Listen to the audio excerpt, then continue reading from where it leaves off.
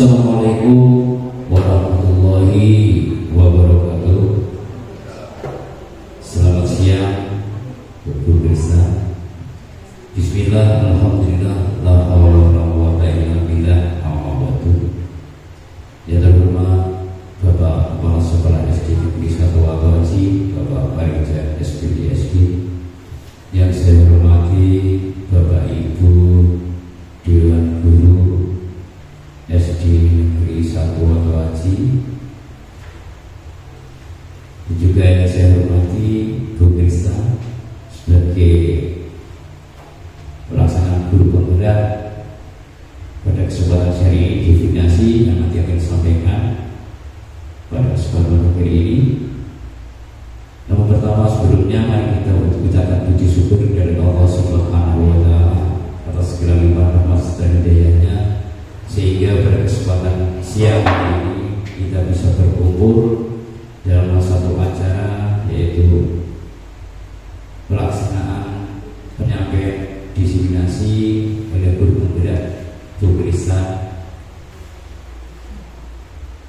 Salawat serta salam yang kita aturkan kepada kita Nabi Muhammad Rasulullah SAW yang kita nantikan semuanya di zaman akhir nanti. Bapak Ibu Dewan Guru, pada kesempatan hari ini saya berdiri di hadapan kita semuanya ingin menyampaikan susunan acara pada kesempatan hari ini. Yang pertama adalah pembukaan, yang kedua adalah sambutan dari Bapak Kepala Sekolah, yang ketiga penyampaian diseminasi oleh guru penggerak, dan yang ketiga penutup.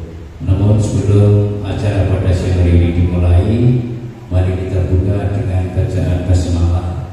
Mudah-mudahan acara pada siang hari ini bisa berjalan lancar dan memberikan berkah, khususnya adalah bagi guru penggerak Bu Krista. Semoga diberikan kesuksesan. Mari kita berdoa bersama. Bismillahirrahmanirrahim. Acara selanjutnya adalah sambutan yang akan disampaikan Bapak Kepala Sekolah, Bapak Parija SPD SD. Waktu dan tempat kami persilakan.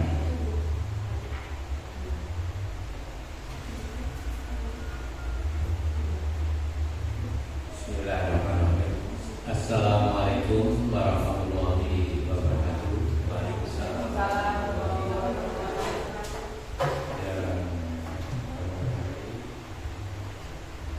Selamat siang untuk kita. Kami hormati Bapak Ibu Guru SD 1 Abaji yang kami banggakan.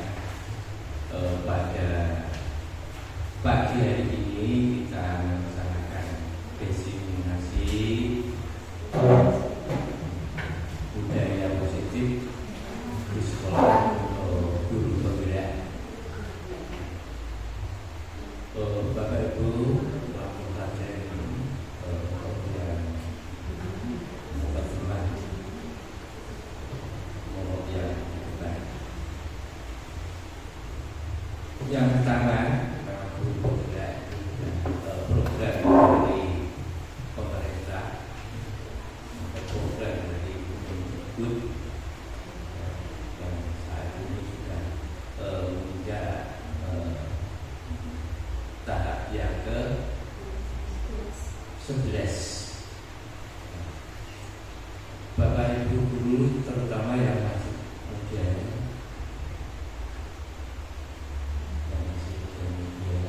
yang belum ikut guru penggerak, ya nanti pendaftaran ini harus bisa mengikuti, karena ini adalah program dari pemerintah. Karena program itu kemungkinan berlanjut dan bisa, ya, karena demi kemajuan pendidikan di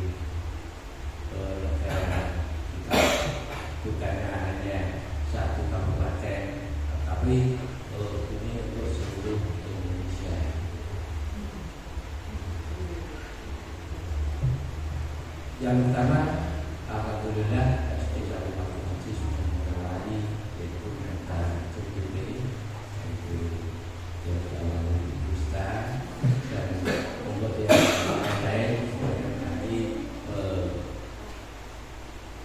berminat untuk ikut dan harus ikuti saja program-program yang telah direncanakan oleh pemerintah. Nah, kalau mengikuti programnya pemerintah itu mudah. Berarti kalau ada apa-apa belum tahu, ini tahu. Tujuannya apa untuk guru penggerak itu? Ya, untuk menggerakkan anak didik kita supaya ingin maju untuk pendidikan, terutama literasinya. Bapak Ibu guru yang belum coba nanti dengan teman sejawat saling melihat atau saling komunikasi yang sudah ikut guru penggerak, terutama yang sudah lulus. Yang sudah lulus itu bagaimana caranya, terus kemajuannya apa, itu ya, semuanya. Kemudian melihat observasinya, cara mengajarnya bagaimana, ya, bisa dilihat kalau waktu mengajar. Bapak Ibu guru bisa ke kelasnya Bu Kristan, melihat bagaimana cara mengajarkan pada siswa dan menggunakan alat peraga, karena di sini ya sudah ada LCD-nya sudah ada. Maka Bapak Ibu guru karena sudah zamannya, kita tinggal tidak usah menulis saja sudah bisa kalau menggunakan LCD.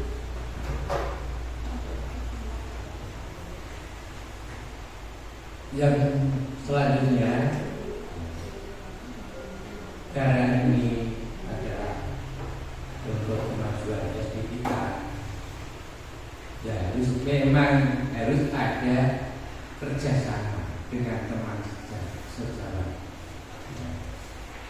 Bila ada kesulitan, bagaimana cara mengatasi anak yang tidak bisa dikonsultasikan sama teman-temannya, ya, teman sejawat. Terus bagaimana caranya mengatasi anak yang belum bisa membaca. Lebih-lebih kalau sudah kelas 3 kok belum membaca, ini permasalahannya apa, terus kondisi keluarganya bagaimana, wali murid mendukung anaknya atau tidak. Kalau diselidiki dari situ, kita bisa ambil kesimpulannya. Oh, kalau begitu, kalau di rumah itu tidak pernah belajar, kemungkinan itu. Kemudian orang tuanya tidak mendukung, nah, kita sudah menemukan kalau di musyawarahkan dengan teman-teman sejawat. Nah, kemudian kalau permasalahannya di orang tua wali, karena tidak pernah diajari untuk belajar membaca, kita adakan khusus pembinaan untuk belajar membaca, terutama sudah diwajibkan ya, sebelum pelajaran dimulai, waktu 10 menit untuk membaca. di perpustakaan itu banyak sekali, dan kemarin sudah mendapat tambahan lagi dari Pak Umar itu sebanyak 50 untuk berapa itu. Tapi semoga saja nanti yang bisa mendapatkan tambahan buku lagi, baik itu fiksi maupun non fiksi.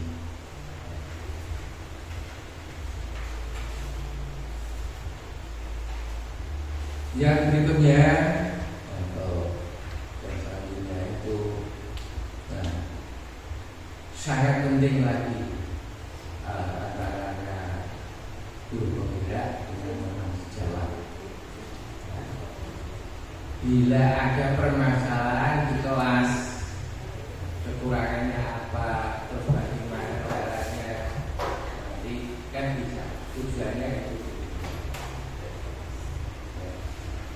supaya nanti anak-anak tidak ketinggalan dari pelajaran. Lebih-lebih kalau di pedesaan ini kan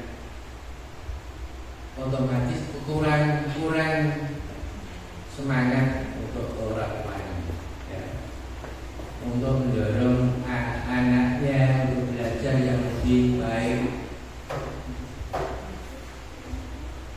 supaya nanti siswanya menjadi siswa yang pandai dan bisa menguasai literasi maupun numerasinya. Karena di dalam CGP penggerak ini memang diwajibkan dari awal sampai periode yang 11 ini, dan banyak yang ikut. Kemarin yang dulu itu dibatasi untuk kaji lama datang untuk lagi, karena ini sangat penting Pak untuk diseminasi budaya positif bagi sekolah.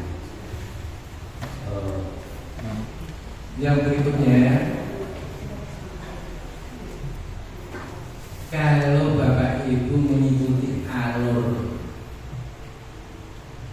guru penggerak sangat aman. Nanti yang belum pasti ya, seperti zaman dulu yang tidak S1 harus S1 semua, itu program pemerintah. Nah ini yang awal-awal ini adalah guru penggerak, maka ya nanti juga semuanya harus ikut guru penggerak, karena untuk kemajuan bangsa dan anak-anak didik kita supaya nilainya lebih baik, prestasinya baik, lebih-lebih karakternya harus bisa merubah dari yang kurang baik menjadi lebih baik.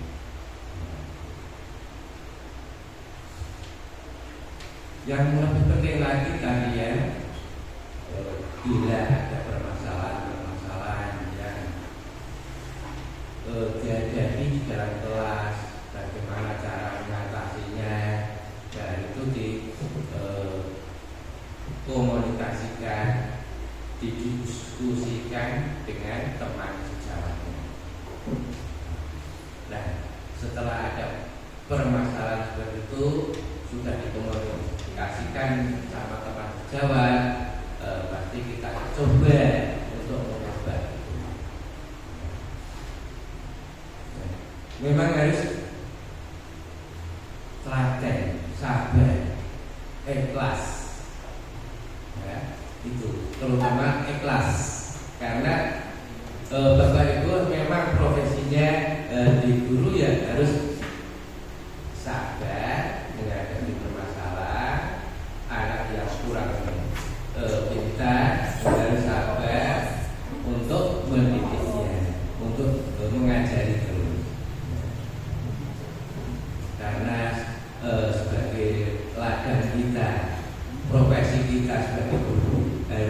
bisa membawa anak didik kita menjadi lebih baik.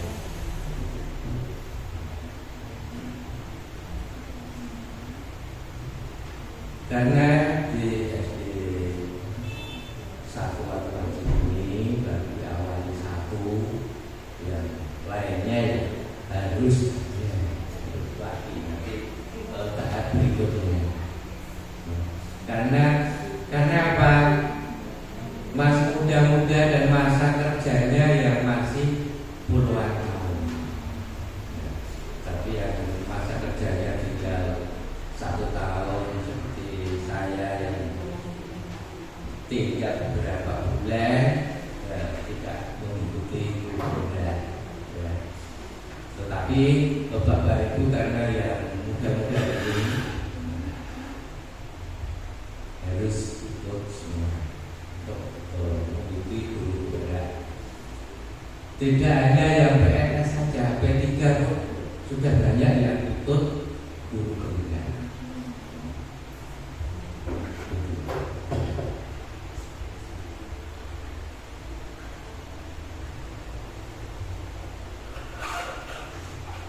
Kemudian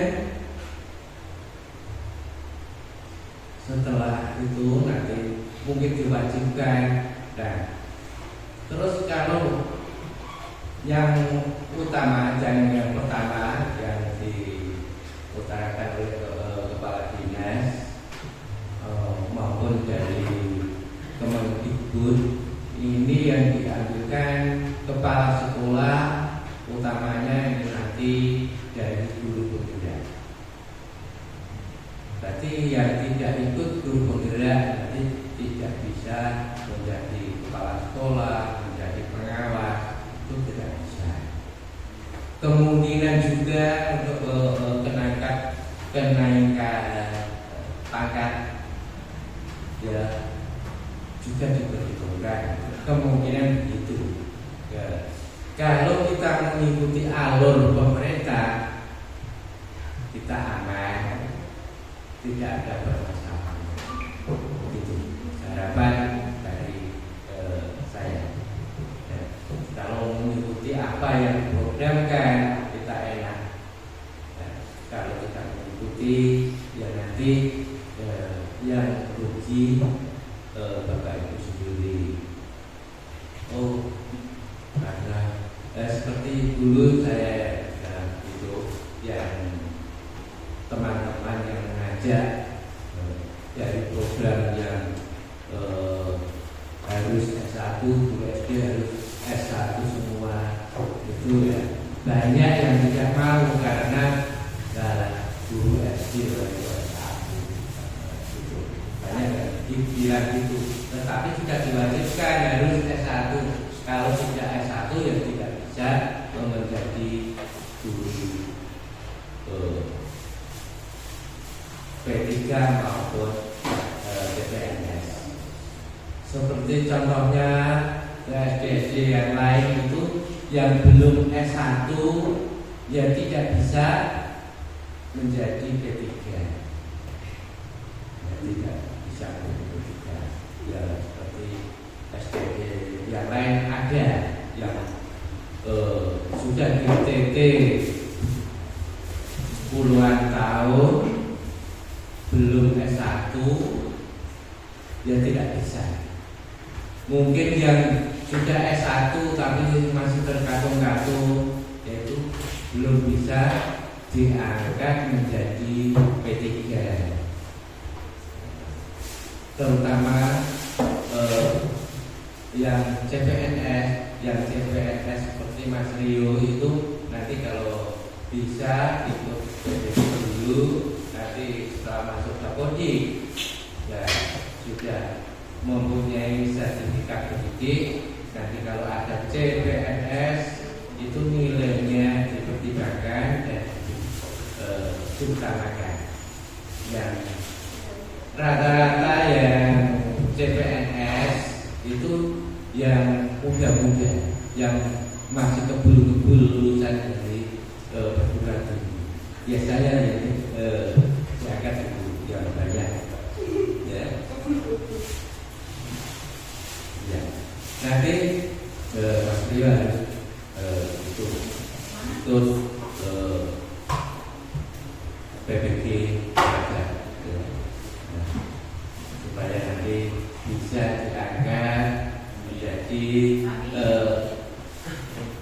PNS di sini, terutama di desanya sendiri, supaya nanti kedepannya siswanya tambah lebih banyak, tidak hanya 80 lebih, tetapi harapan Bapak Ibu siswanya tahun depan harus lebih dari 100. Karena masyarakat sudah tahu bahwa prestasi SD Satu Watuaji itu baik sekali, prestasinya dalam tingkat kabupaten, dalam tingkat kecamatan saja sudah juara umum dalam prestasi itu.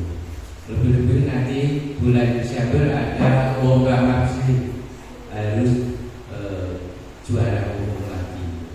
Harapan kami ya, untuk kenang-kenangan saya, kalau juara umum yang tinggalan saya lebih baik nanti. Karena waktunya yang sangat mepet ini,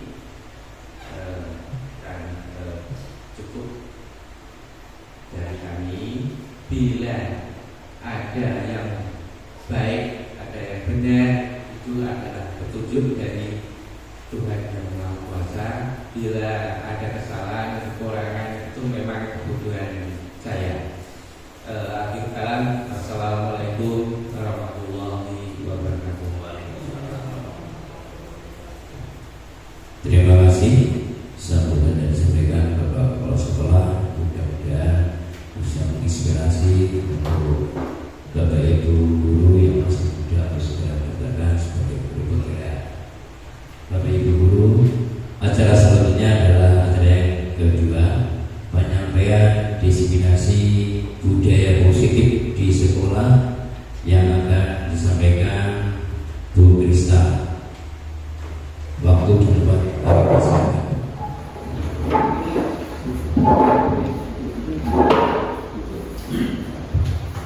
Ya, selamat pagi Bapak Ibu. Terima kasih atas kesempatan dan waktu yang diberikan kepada saya. Perkenankan pada pagi hari ini saya menyampaikan diseminasi budaya positif yang ada di sekolah.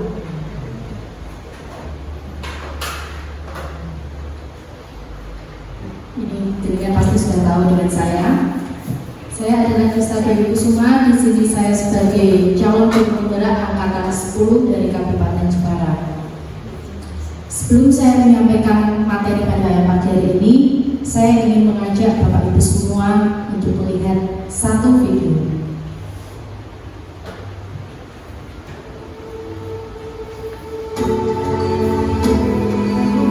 Ini tentang profil pelajar Pancasila, tentang harapan apa yang dapat kita pelajari pada pagi hari ini.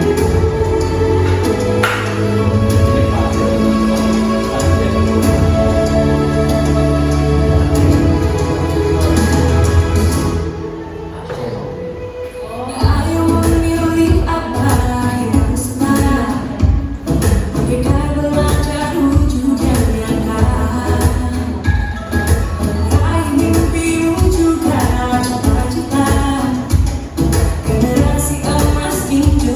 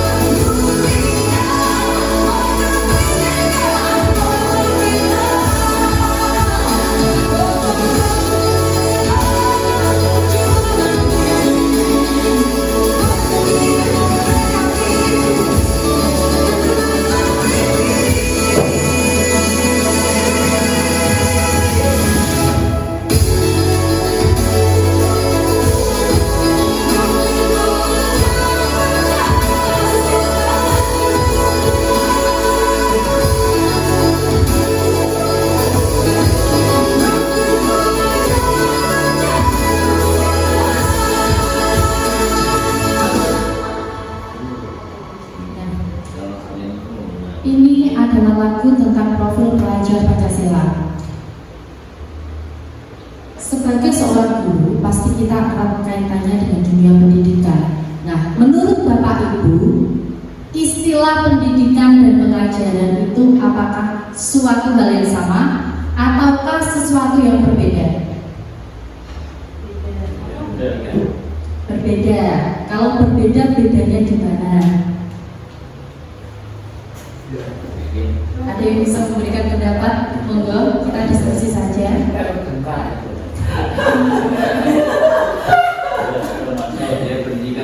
Ya, jadi Bapak Pendidikan kita Ki Hajar Dewantoro itu menyatakan bahwa pendidikan dan pengajaran itu adalah suatu hal yang berbeda. Kalau pengajaran itu memang bagian dari salah satu dari pendidikan, tapi tujuan dari pengajaran ini adalah pada pembentukan karakter. Jadi pengajaran itu pemberian nilai-nilai yang bermanfaat untuk batin dan juga bagi diri siswa. Ini pengajaran. Jadi fokusnya hanya pada perubahan karakter. Kalau pendidikan, Ki Hajar Dewantoro menyatakan bahwa pendidikan itu harus holistik, harus satu kesatuan, yaitu meliputi aspek fisik anak, kemudian pengetahuan, intelijensinya, kemudian emosionalnya dan juga spiritualnya. Jadi kalau pengajaran hanya fokus pada karakter, pendidikan ini fokus pada segala aspek, gitu. Kemudian apa tujuan pendidikan yang ingin dicapai? Nah, kita sebentar lagi akan memasuki tahun ajaran baru. Kalau kemarin kita masih ada yang menggunakan kurikulum 2013, sekarang semuanya akan menggunakan kurikulum merdeka. Maka tujuan pendidikan adalah, menurut Ki Hajar Dewantoro, adalah menuntut segala kodrat yang ada pada anak agar dapat mencapai keselamatan dan kebahagiaan yang setinggi-tingginya, baik sebagai manusia maupun sebagai anggota masyarakat. Oleh sebab itu, pendidikan dapat menuntut tubuh dan hidupnya kekuatan kodrat yang ada pada anak-anak agar dapat memperbaiki perilaku hidup dan tubuhnya kekuatan kodrat anak. Nah, konsep dasar dari kurikulum merdeka adalah mengembalikan hakikat pendidikan sesuai dengan pemikiran Ki Hajar Dewantoro. Pada zaman dulu Ki Hajar Dewantoro itu menciptakan sekolah namanya apa, Bapak Ibu? Apa sekolahnya yang diprakarsai oleh Ki Hajar Dewantoro? Taman Siswa. Ya. Nah, Ki Hajar Dewantoro menyatakan bahwa tujuan pendidikan itu adalah menuntut kodrat anak. Yang dimaksud dengan kodrat itu apa? Nah, kodrat adalah segala potensi, segala kemampuan yang dimiliki anak itu baik secara batin maupun secara lahirnya. Nah, kita sebagai guru ini harus bisa mengoptimalkan kemampuan yang ada dalam diri anak. Jadi bagaimana agar kemampuan ini bisa tumbuh, bisa berkembang secara maksimal. Bahkan Ki Hajar Dewantoro menggambarkan bahwa guru itu sebagai seorang petani. Kita ini sebagai seorang petani, Bapak Ibu, bukan profesinya petani ya. Meskipun di rumah ada yang bertani, tapi kita di sini di sekolah itu juga diibaratkan seorang petani. Ya, tugas kita adalah merawat tanamannya. Nah, mengolah bagaimana tanaman ini bisa tumbuh subur, harus diberikan apa, harus diberikan pupuk, harus pengairannya harus bagus. Nah, bagaimana agar tidak diserang hama, itu yang dapat kita lakukan. Kita tidak bisa memaksa anak untuk mengikuti kemauan kita. Ya, jadi kodrat anak itu diibaratkan sebagai padi. Ya. Kalau kita menanam padi, maka kita tidak boleh berharap kalau nanti yang tumbuh adalah tanaman jagung. Kita cuma bisa mengupayakan, kita tidak bisa memaksakan kehendak kita kepada anak. Kita hanya bisa membimbing, merawat agar anak ini tumbuh secara maksimal, gitu. Nah,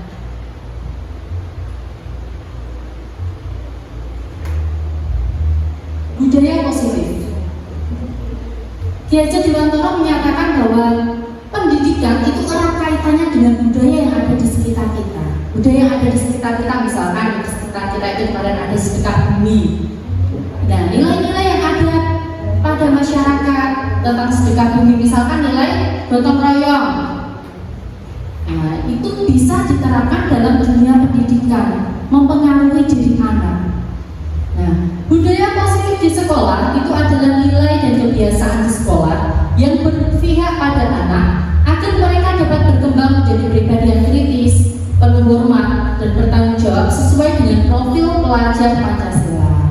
Nah, nilai sendiri adalah keyakinan atau berisi tentang suatu hal yang baik yang dipercayai oleh orang. Ini yang disebut dengan nilai. Nah, nilai ini bersifat universal atau berlaku di mana saja, tidak terpengaruh oleh agama, oleh ras, oleh negara. Jadi nilai ini tumbuh dan berkembang di masyarakat. Ini yang disebut dengan nilai. Nah, kita harus mampu bagaimana menciptakan budaya yang memiliki nilai-nilai yang baik, yang berpihak pada anak. Yang dimaksud berpihak pada anak adalah dapat memenuhi kebutuhan anak ini. Apa yang menjadi kepentingannya, apa yang menjadi kebutuhannya, kita harus dapat memenuhi ini. Nah, siswa dapat berkembang menjadi pribadi yang kritis. Kritis ini anak itu berarti mampu menyelesaikan segala sesuatu permasalahannya dengan cara yang tepat. Bagaimana anak ini bisa memiliki rasa hormat, bertanggung jawab sesuai dengan profil pelajar Pancasila. Nah, seperti video tadi ya Bapak Ibu, profil pelajar Pancasila memiliki berapa dimensi? Memiliki 6 dimensi, yaitu beriman dan bertakwa pada Tuhan Yang Maha Esa dan berakhlak mulia. Kemudian apa? Kreatif, ada pendalam, kritis, gotong royong, berkebinekaan global, ya, mandiri. Itu adalah profil pelajar Pancasila atau nilai-nilai yang akan dicapai dalam kurikulum Merdeka ini, ya.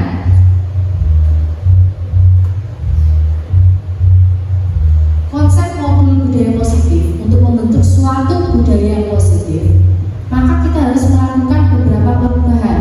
Yang pertama adalah perubahan paradigma belajar. Paradigma ini adalah pola pikir.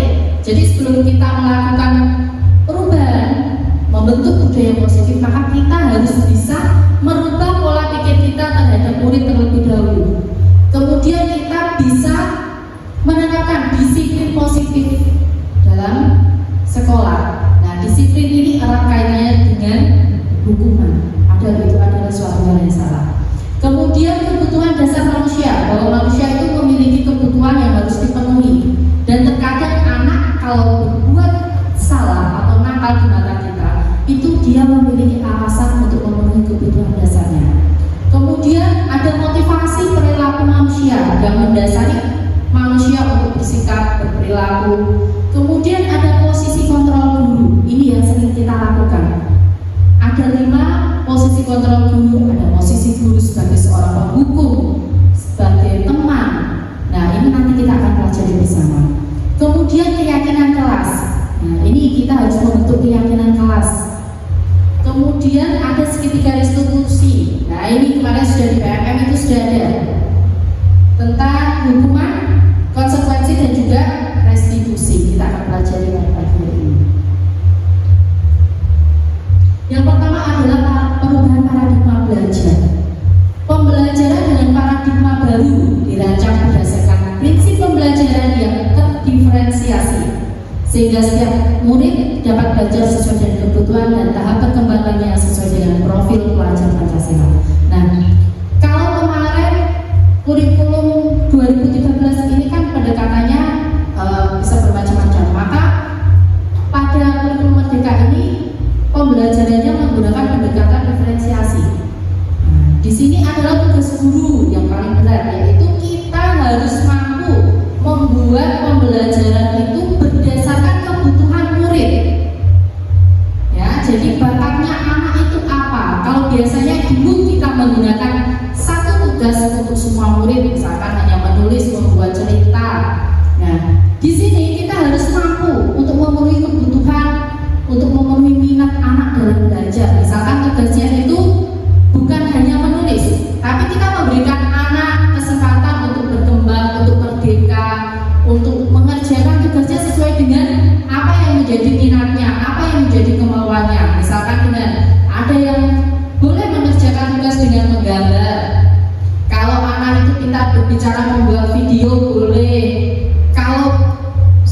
menulis, silahkan menulis puisi. Nah, seperti itu Bapak Ibu. Jadi pembelajaran berdiferensiasi sesuai dengan kebutuhan murid. Nah, dalam membangun budaya positif ini, sekolah harus menyediakan lingkungan yang positif, aman dan nyaman agar murid ini mampu berpikir, bertindak dan mencipta dengan merdeka, mandiri dan bertanggung jawab. Nah, kalau saya merasa sekolah ini sudah sesuai ya, sudah dapat mengembangkan budaya positif. Nah, contohnya adalah melalui kegiatan Jumat Kurban. Itu merupakan salah satu budaya positif yang ada di sekolah kita. Kemudian biasanya Jumat bersih itu kan menerapkan nilai gotong royong, mengajarkan anak untuk gotong royong gitu. Kemudian disiplin. Nah, ini yang harus kita ubah. Disiplin sangat berkaitan dengan kontrol guru terhadap murid. Nah, coba sekarang Bapak Ibu, misalkan bayangkan di tangan Bapak Ibu ini ada uang 100.000. Ya, bayangkan ada uang 100.000 di genggaman Bapak Ibu. Apakah kalau Bapak Ibu ini dirayu, Pak, tanganmu buka, uangnya buat saya. Kira-kira ini Bapak Ibu ini akan membuka tangan atau tidak? Membuka tangan aja. Tidak. Membuka atau tidak dengan bujukan teman-teman misalkan karena uang 100.000 itu kan berharga ya. Nah, kira-kira membuka atau tidak? Tidak. Saya yakin kalau misalkan Bapak Ibu itu membuka, itu pasti memiliki alasan. Misalkan, oh iya, kasihan. Atau memilih untuk mempertahankan. Nah, itu juga memiliki alasan. Nah, Bapak Ibu, kadang kita itu salah kaprah. Kadang kita itu secara tidak sengaja itu memaksa murid harus mengerjakan tugas dengan cara ini, harus begini. Padahal yang bisa mengontrol dirinya sendiri itu adalah anak. Kita itu tidak bisa mengontrol orang lain. Nah, ini yang harus kita ubah.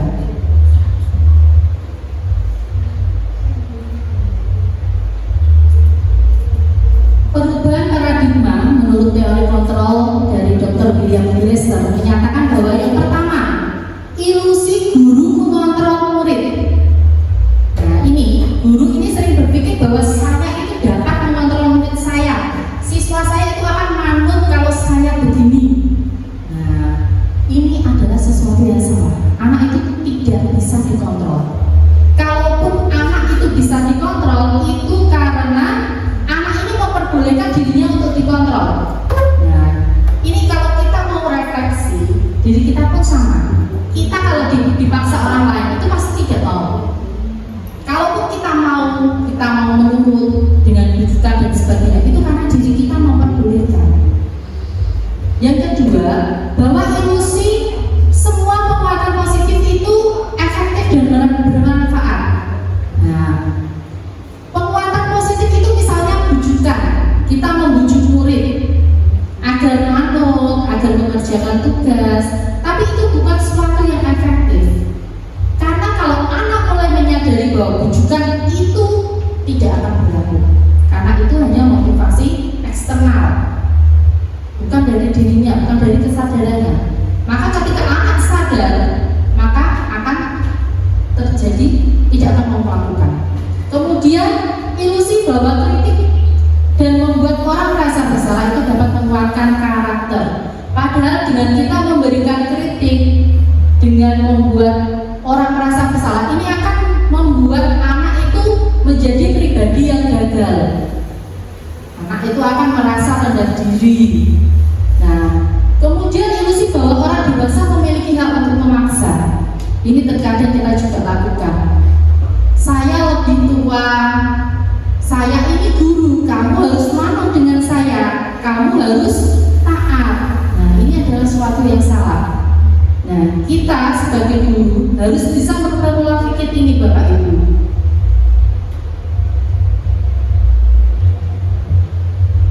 Kemudian, apa makna disiplin? Disiplin itu berasal dari bahasa Latin disiplina, yang artinya adalah belajar. Kata disiplin juga berasal dari akar kata yang sama dengan disipo, atau murid atau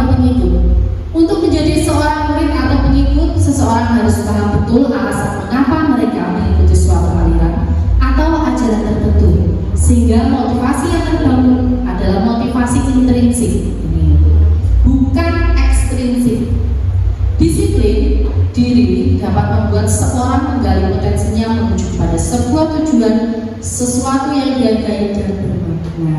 Nah, disiplin ini erat kaitannya dengan hukuman. Tapi itu adalah suatu hal yang salah. Hukuman itu bukan cara yang baik untuk membuat anak itu menjadi taat, menjadi disiplin. Nah, lebih dari disiplin, yang paling penting adalah disiplin diri. Karena disiplin diri itu sangat penting bagi anak. Ini hal yang penting untuk merubah karakter anak ini. Dengan anak memiliki disiplin diri, maka dia akan berpegang teguh pada nilai-nilai. Disiplin adalah kemampuan untuk memerintah diri sendiri dalam mengontrol dan menguasai diri, untuk memilih tindakan yang mengacu pada nilai-nilai yang kita hargai dengan penuh tanggung jawab tanpa perintah orang lain. Nilai-nilai yang kita hargai adalah nilai-nilai kebajikan, sifat positif manusia yang merupakan tujuan mulia yang ingin dicapai setiap individu, yaitu nilai-nilai dalam profil pelajar Pancasila. Nah, nilai-nilai kebajikan ini ada banyak sekali Bapak Ibu. Contohnya adalah kemurahan hati, kemudian ketaatan, ada lagi gotong royong, bekerja sama, itu adalah nilai-nilai kebajikan. Jadi bukan hanya profil pelajar Pancasila yang memiliki nilai-nilai baik, tetapi masih ada nilai yang lainnya. Nah, sekarang kita akan membahas tentang disiplin positif. Nah, disiplin positif itu adalah dimaknai sebagai sesuatu yang dilakukan seseorang pada orang lain untuk mendapatkan kepatuhan. Jadi yang dimaksud dengan disiplin itu adalah patuh. Nah, tujuan kita sebagai pendidik itu adalah menciptakan anak-anak yang memiliki disiplin diri, bukan hanya disiplin secara fisik, tapi juga disiplin diri, yaitu disiplin yang berasal dari dirinya sendiri. Jadi anak itu sadar, saya memiliki tanggung jawab, saya memiliki tugas. Itu yang kita harapkan. Oh, saya tidak boleh melakukan ini karena ini itu bertentangan dengan nilai-nilai yang ada. Itu yang disebut dengan disiplin diri. Sehingga mereka berperilaku dengan mengacu pada nilai kebajikan. Disiplin positif adalah salah satu cara penerapan disiplin yang bertujuan untuk menumbuhkan kesadaran melakukan sesuatu itu tanpa diancam. Jadi menumbuhkan motivasi intrinsik atau berasal dari diri siswa itu sendiri.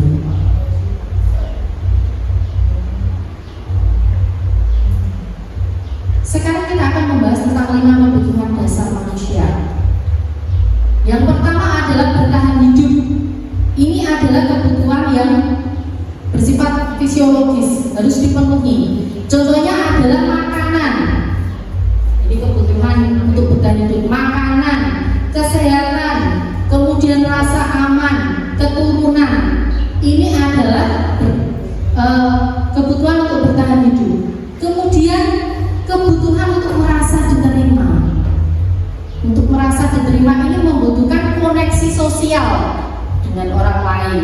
Kemudian membutuhkan suatu pengakuan dalam suatu kelompok, diakui. Ini adalah kebutuhan untuk merasa diterima. Kemudian kebebasan. Ini adalah kebutuhan untuk bisa mempunyai banyak pilihan, bebas memilih, kemudian bebas mencoba sesuatu hal yang baru. Ini adalah kebutuhan kebebasan. Kemudian kesenangan. Kalau kesenangan itu bisa didapatkan dengan bermain, kemudian sesuatu hal yang lucu, itu kesenangan. Kemudian penguasaan, kebutuhan apa yang harus dipenuhi? Ini adalah suatu pengakuan, butuh pengakuan dari orang lain. Nah, ini yang harus dipenuhi. Jadi dalam diri kita itu terkadang kita juga punya ini kebutuhan dasar. Nah, lain kali akan saya bagikan. Jadi kita bisa menganalisa melalui pertanyaan itu kebutuhan dasar apa sih sebenarnya yang harus kita penuhi itu ada. Nah, ini ada studi kasus. Nah, Ibu Ambar, guru paling kelas 2A di SD Pelita Hati, sedang bingung menghadapi ulah salah satu murid di kelasnya, Doni. Beberapa anak di kelas 2A telah datang padanya dan mengeluhkan Doni yang seringkali meminta bekal makan siang mereka dengan paksa. Jika Anda menghadapi situasi seperti itu, apa yang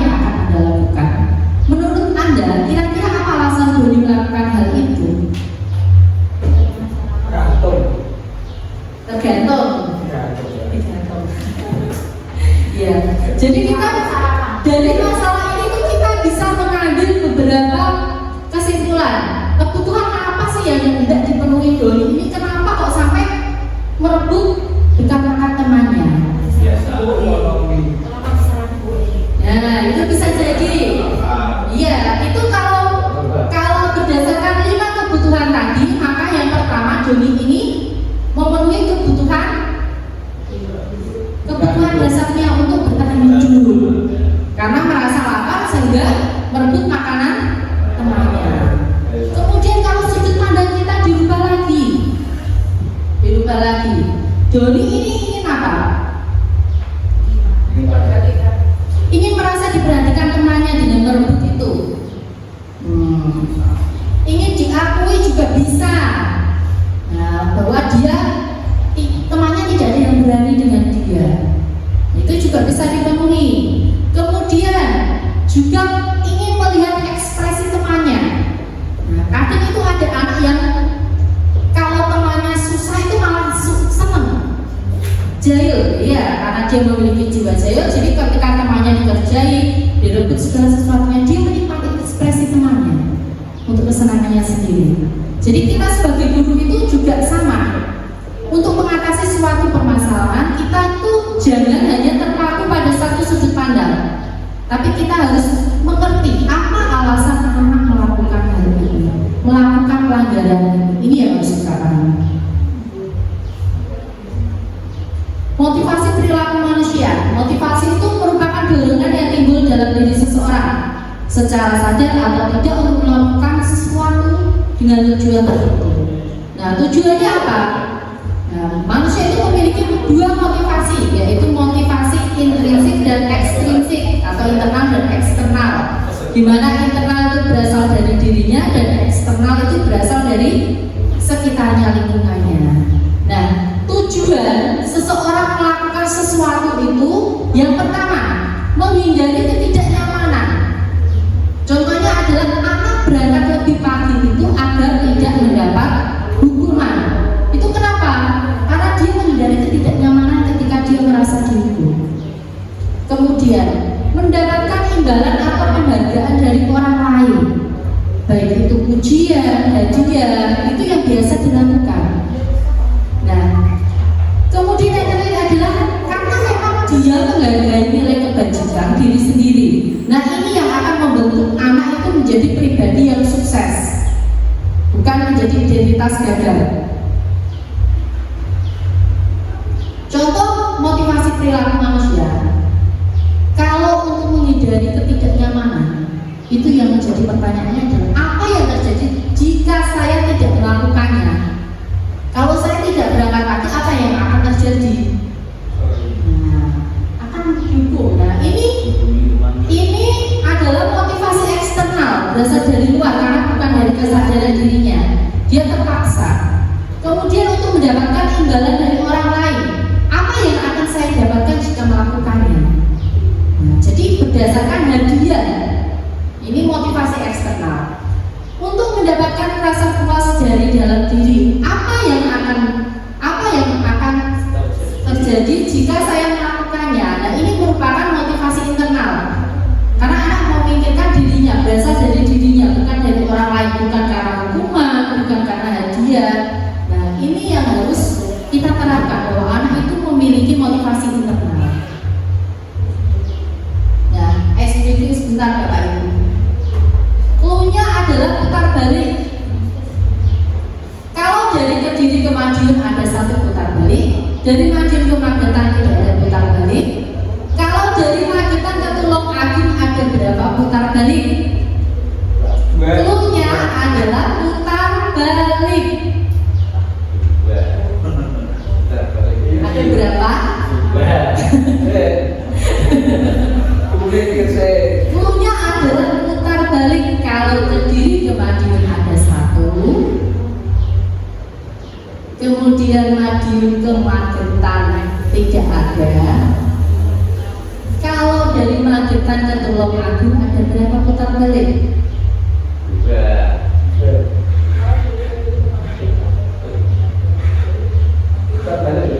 Ya, putar balik.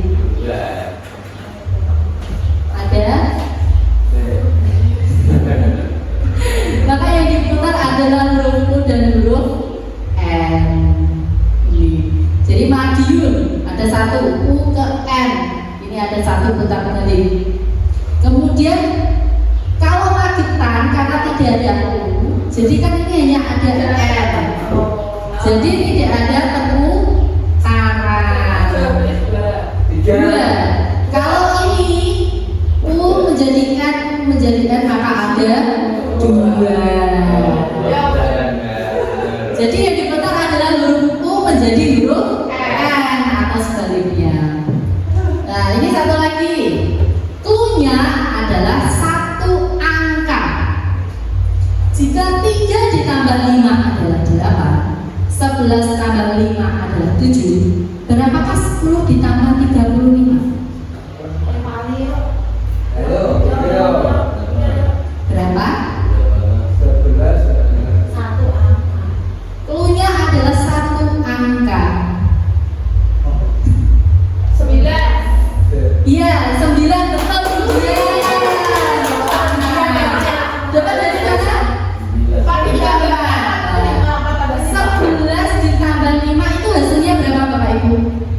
16 itu kan 1 tambah 6 menghasilkan 7. 10 ditambah 35 45. 4 ditambah 5 9.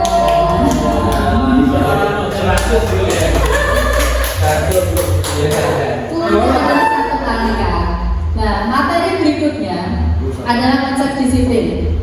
Konsep disiplin ini meliputi hukuman, konsekuensi, dan restitusi. Hukuman itu sifatnya berlangsung secara tiba-tiba. Jadi ketika anak itu melakukan pelanggaran, maka akan segera dilakukan hukuman. Jadi sifatnya itu tiba-tiba, tidak terencana. Hanya satu arah, yaitu hanya dari guru diberikan kepada siswa. Nah, dalam hukuman ini kadang kita itu mengeluarkan kata-kata atau melakukan suatu tindakan, ini hasilnya adalah mengakibatkan luka dalam diri anak, bukan hanya fisik, tapi secara psikis. Anak itu menjadi pendendam karena mendapat hukuman, ada kekecewaan. Nah, kemudian konsekuensi, bedanya itu apa? Konsekuensi itu sudah disepakati antara guru dengan murid. Misalkan, kalau kamu tidak mengerjakan PR selama 3 kali, maka kamu akan mendapat hukuman. Itu namanya konsekuensi. Jadi ada nilai yang harus diukur, itu konsekuensi. Dan anak itu tahu apa yang terjadi jika tidak melakukan hal tersebut. Kemudian yang terakhir adalah restitusi. Ini seringkali kita membuat aksi nyata restitusi. Nah, restitusi itu adalah upaya perbaikan dari guru untuk mengembalikan murid ini menjadi pribadi yang baru, karakter yang baru ke dalam kelompoknya. Jadi anak ini menyadari kesalahannya, kemudian menyadari nilai yang dilanggarnya, dan juga memperbaiki dirinya. Ini adalah budaya positif yang harus diterapkan. Konsep disiplin dengan identitas gagal. Nah ini, kalau hukuman itu akan membuat anak itu menjadi tidak nyaman, memaksa murid untuk melakukan segala sesuatu, menyakitkan, baik itu secara fisik maupun secara psikis. Anak itu menyakitkan. Kemudian murid itu menjadikan takut, memiliki rasa takut, sehingga nantinya murid itu akan berusaha menyembunyikan kesalahannya, menjadikan murid itu merasa rendah diri karena apa? Karena mendapatkan hukuman. Nah, kemudian penghargaan yang berlebihan itu tidak baik ternyata.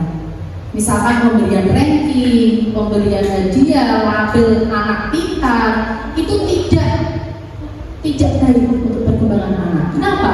Karena itu bukan sesuatu yang efektif, dapat merusak hubungan antar anak. Misalnya karena ada rasa iri hati, rasa sombong, itu dapat merusak hubungan. Kemudian mematikan kreativitas anak. Kemudian menghukum dengan sistem ranking. Nah ini kita memberikan label ranking itu ternyata menghukum bagi anak. Kenapa? Karena kalau anak yang ranking 1 itu, saya itu harus mempertahankan ranking ini. Kalau anak yang kurang pandai, rankingnya bawah, nah ini merasa malu, merasa rendah diri. Nah ini perampasan anak untuk menghargai dirinya sendiri. Ternyata begitu Bapak Ibu. Jadi penghargaan dengan ujian, dengan hadiah itu tidak selamanya baik.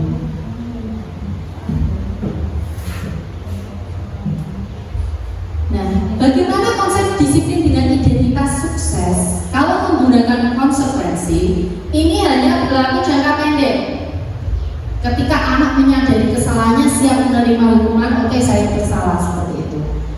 Perlu ada monitoring kelanjutannya, bagaimana apakah anak ini apakah mengulangi kesalahannya lagi atau tidak, ini perlu dicatat. Kemudian ini merupakan stimulus dan respon. Nah, murid menghormati peraturan, tapi kehilangan waktu untuk merenungi kesalahannya. Kalau restitusi, murid ini akan bertanggung jawab untuk perilakunya sendiri, fokus pada pemecahan masalahnya, menghormati dirinya dan orang lain dengan mengakui kesalahannya, mempercayai nilai-nilai yang ada, kemudian menerapkan teori kontrol diri, yaitu diri sendiri memegang kontrol. Jadi tidak bisa dipaksakan oleh guru. Jadi kalau anak merasa bersalah, maka itu berdasarkan keputusannya. Kemudian murid ini setelah melakukan restitusi akan bersemangat untuk memperbaiki kesalahannya. Restitusi adalah proses menciptakan kondisi bagi murid untuk memperbaiki kesalahan mereka, sehingga mereka bisa kembali pada kelompok mereka dengan karakter yang lebih kuat. Restitusi juga merupakan proses kolaboratif yang mengajarkan murid untuk mencari solusi untuk masalah mereka dan membantu murid berpikir tentang orang seperti apa yang mereka ingin menjadi atau tujuan dia, dan bagaimana mereka harus memperlakukan orang lain.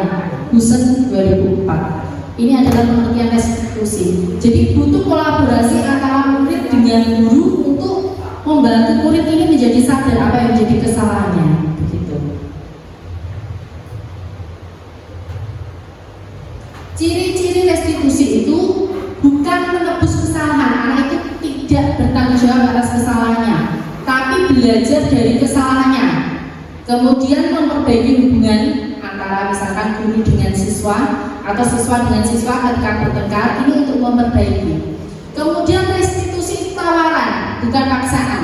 Jadi ketika anak tidak sadar, maka kita harus meraih anak. Bagaimana caranya ini agar menyadarkan anak. Nah, kemudian menuntut untuk melihat ke dalam diri, apa yang nilai-nilai yang mereka percayai, nilai apa yang dilanggar. Kemudian mencari kebutuhan dasar yang mendasari tindakannya. Apa yang menyebabkan siswa itu membuat kesalahan atau berbuat salah.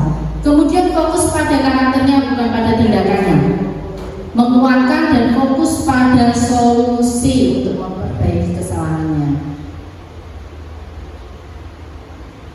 5. Posisi kontrol restitusi. Yang pertama adalah penghukum, pembuat rasa bersalah, teman, pemantau, dan juga sebagai manajer. Nah, sebagai seorang penghukum ini biasanya cirinya adalah berbicara dengan nada yang tinggi, membentak-bentak, berkacak pinggang. Itu adalah penghukum yang menghasilkan siswa ini menjadi pendendam. Kemudian membuat rasa bersalah. Nah, ini cirinya adalah berbicara dengan santai, tapi kata-katanya itu adalah mengiba. Kamu nanti kalau tidak mengerjakan PR, maka bu guru akan dimarahi oleh kepala sekolah. Itu contoh kata-kata untuk membuat rasa bersalah dalam diri siswa. Dan ini bisa menyebabkan identitas gagal. Siswa itu merasa gagal. Kemudian sebagai teman. Nah, kadang kita memperlakukan murid itu sebagai teman dengan bahasa yang santai, dengan pendekatan yang menjaga hubungan. Tapi ternyata itu berdampak bahwa siswa nanti akan ketergantungan dengan kita, begitu. Jadi kalau berbuat salah, ternyata saya itu menganggap bapak ibu guru itu sebagai teman, ternyata kok seperti ini, kok saya dihukum. Nah, itu contohnya pendekatan kontrol teman. Kemudian sebagai pemantau dengan konsekuensi, ya. Jadi anak itu setelah mengetahui bahwa konsekuensinya melakukan kesalahan, nah tugas guru adalah sebagai pemantau atau memantau kesalahannya. Kemudian yang terakhir adalah manajer. Ini adalah posisi ideal yang diharuskan kita sebagai guru. Nah, bagaimana posisi manajer itu? Saya akan langsung kepada posisi manajer.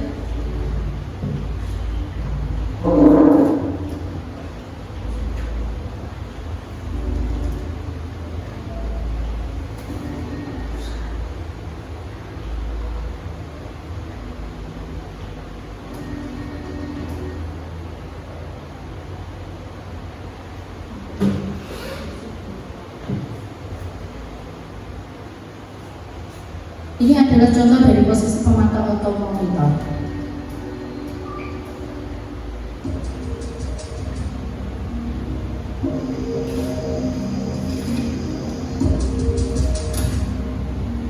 Ini adalah Naran yang terlambat 20 menit ketika berangkat sekolah.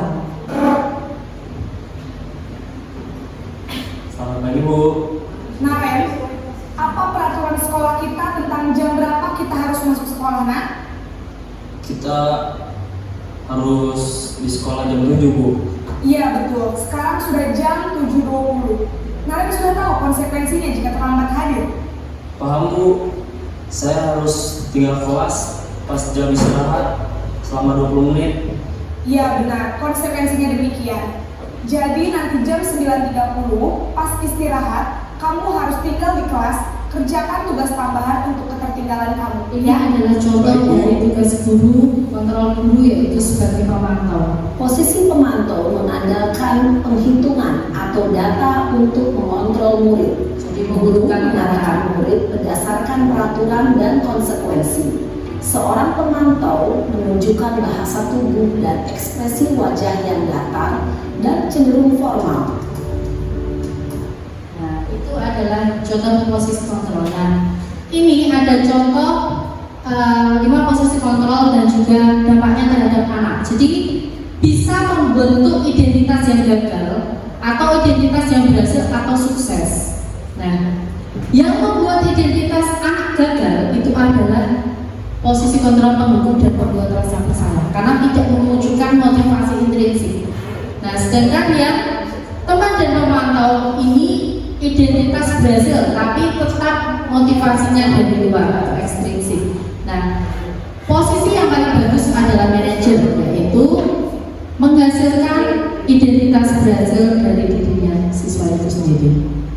Nah, keyakinan kelas ini adalah salah satu tugas guru ketika memulai pembelajaran. Jadi kita ini nanti di awal tahun ajaran baru harus membuat keyakinan kelas yang berisi tentang nilai-nilai kebajikan. Nah, keyakinan kelas adalah nilai-nilai kebajikan atau prinsip-prinsip universal yang disepakati bersama secara universal, terlepas dari perbedaan agama, suku, negara, dan bahasa.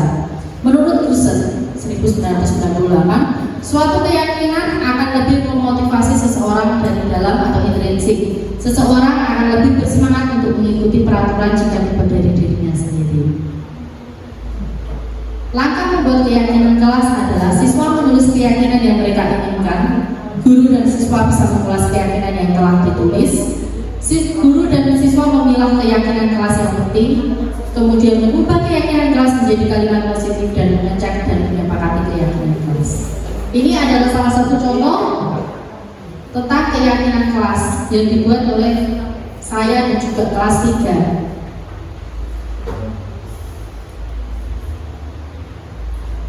Nah, yang pertama adalah saya meminta siswa untuk menulis keyakinannya. Jadi anak menuliskan apa yang menjadi keyakinannya.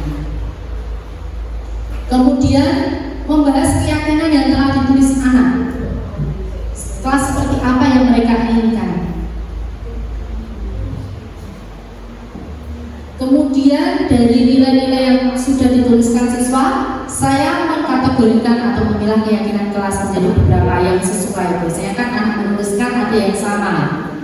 Kemudian mengubah keyakinan agar menjadi kalimat yang positif bagi siswa.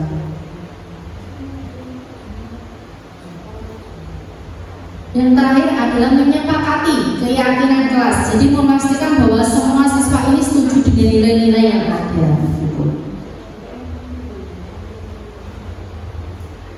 Nah, ini adalah hasil keyakinan kelas. Kelas 3 ada datang dan pulang tepat waktu, melaksanakan piket kelas sesuai jadwal, mengumpulkan tugas tepat waktu, saling menyayangi dengan teman. Itu adalah nilai-nilai yang dipercayai. Nah, tolak ukur keyakinan kelas dikatakan berhasil apabila mereka bisa belajar dengan merdeka. Nah, bebas belajar. Anak didik dapat menjalankan kesepakatan kelas tanpa adanya tekanan, tidak ada paksaan, sadar dari dirinya. Kemudian adanya komunikasi yang aktif antara guru dengan murid, dan anak didik dapat menjalankan keyakinan kelas dengan secara luas. Bukan hanya di sekolah, tapi juga anak itu melakukan di rumah. Jadi kebiasaan gitu. Nah, segitiga restitusi itu meliputi pertama itu menstabilkan identitas, dilakukan dengan setiap orang itu pasti pernah melakukan kesalahan. Ini kata-kata yang digunakan. Kamu bukan satu-satunya yang pernah melakukan itu. Kemudian yang kedua adalah dulu melakukan validasi tindakan yang salah. Jadi kamu tentu punya alasan mengapa melakukan itu. Adakah cara yang lebih efektif untuk mendapatkan apa yang kamu butuhkan? Kemudian yang ketiga adalah menanyakan keyakinannya. Keyakinan kelas apa yang telah kita sepakati? Kamu ingin menjadi orang yang seperti apa? Itu yang kita tanyakan. Nah, segitiga restitusi itu merupakan tindakan yang dilakukan guru untuk membawa murid menaati kesepakatan kelas yang telah ditetapkan diakui secara sadar dan terbuka ketika melakukan kesalahan serta merasakan kenyamanan ketika sudah berperilaku jujur. Jadi ini berdasarkan keikhlasan dari anak gitu. Langkahnya tadi menstabilkan identitas, validasi tindakan yang salah dan menanyakan keyakinan. Ini adalah contoh kasus restitusi yang sudah saya lakukan di kelas 3 kemarin.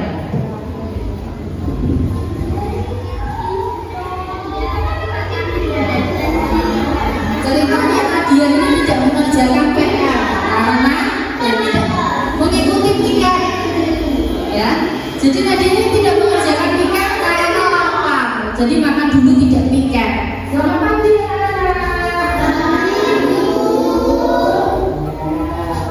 hari ini sudah melaksanakan piket. Nadia belum melaksanakan piket. Kenapa Nadia tidak melaksanakan piket ini? Nadia memberikan saya. Ya, sekarang mari pelajaran kita.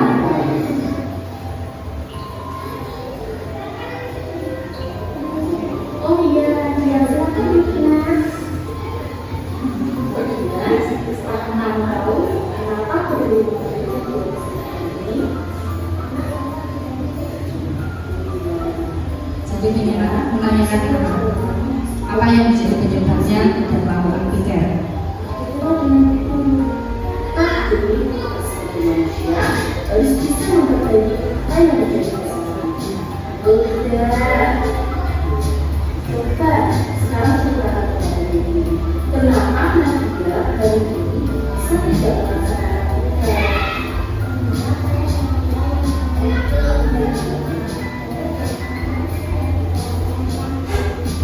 Oh begitu.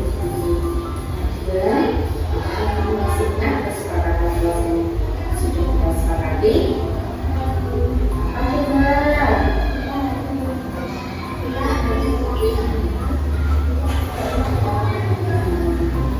Dan sudah kita sepakati.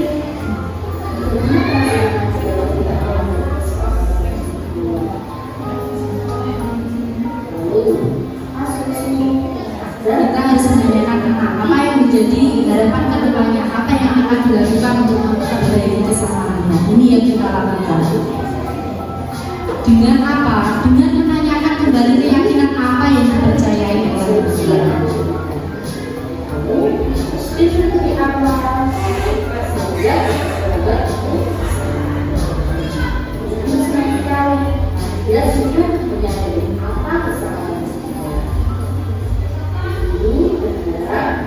Dia tidak akan mengulangi kesalahan-kesalahan. Kesalahan dia. Sekarang dia seperti kembali ke kelas.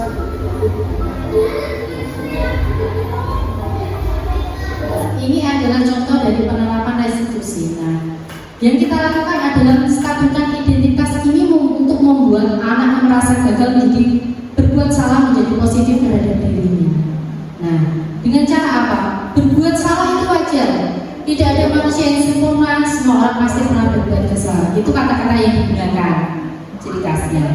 Kemudian langkah kedua, validasi tindakan salah itu untuk membantu murid mengenali kebutuhan dasar yang ingin dipenuhi saat melakukan kesalahan tersebut. Contohnya tadi Nadia karena lapar. Nah, dengan kata apa? Kamu pasti punya alasan melakukannya. Apakah kamu bisa melakukan dengan lebih baik besok pagi? pasti. Nah, ini kata-katanya. Terus yang terakhir adalah menanyakan keyakinan. Ini untuk menghubungkan kesalahan anak dengan norma sosial dan nilai kebajikan yang dipercayai. Dengan apa? Dengan menanyakan apa nilai yang kita percayai. Kelas ideal menurut kamu seperti apa? Nah, ini yang biasa kita lakukan. Sekian presentasi dari saya berharap Bapak Ibu, mari kita membudayakan budaya yang positif di sekolah kita di SD Negeri 1 Mamuju. Saya yakin jika kita bersama-sama pasti bisa. Terima kasih atas waktu yang diberikan kepada saya kembalikan kepada pembawa acara.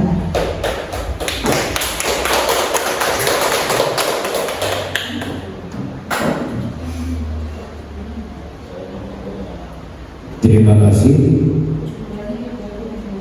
Penyampaian diseminasi budaya positif seperti yang disampaikan pemirsa, mudah-mudahan bisa memberikan manfaat untuk kita semua, dan kita semua berharap mudah-mudahan program yang diambil pemirsa berjalan dengan lancar, sukses sampai tuntas program bergerak.